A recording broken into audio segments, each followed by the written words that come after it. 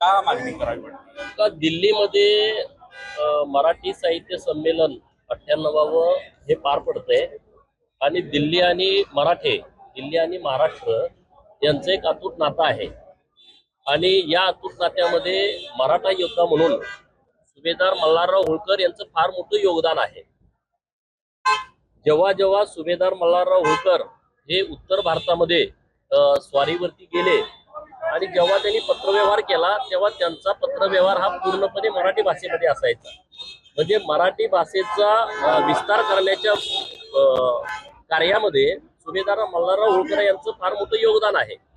आणि आता जे राष्ट्रपती भवन आहे हे होळकरांचं रायसोनी नावाचं जे गाव आहे त्याच्या बाजूलाही 7-8 गावं होळकरांची आहेत की ज्यांनी राष्ट्रासाठी दिलेले आहेत।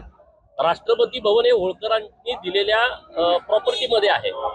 आणि मग आता जर मराठी साहित्य संमेलन हे दिल्लीमध्ये होत असेल आणि या साहित्य संमेलनामध्ये सुभेदार मल्हारराव होळकर यांच्या नावाने एखादी कमान असावी, पुण्यश्लोक अहिल्यादेवी होळकर यांच्या नावाने एखादं दालन असावं, अशी भावना ही समस्त मल्हार भक्तांची आहे, अहिल्या भक्तांची आहे। आणि म्हणून मी या संमेलनाच्या अध्यक्ष आहेत उषा तांबे मॅडम यांना आज पत्र दिलेलं आहे आणि त्या पत्राचा त्यांनी विचार करून याची कारवाई करावी अशी मागणी आपल्या माध्यमातून मराठी साहित्य संमेलनाला आहे। का मी पार्टीचा कार्यकर्ता आहे, बावनकुळे साहेब हे पार्टीचे प्रदेशाचे अध्यक्ष आहेत आणि आमचे सर्वोच्च नेते माननीय देवेंद्र फडणवीस साहेब आहेत।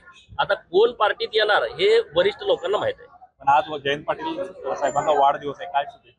हा, जयंत पाटलांना माझ्या मनापासूनच्या वाढदिवसाच्या खूप खूप शुभेच्छा आहेत।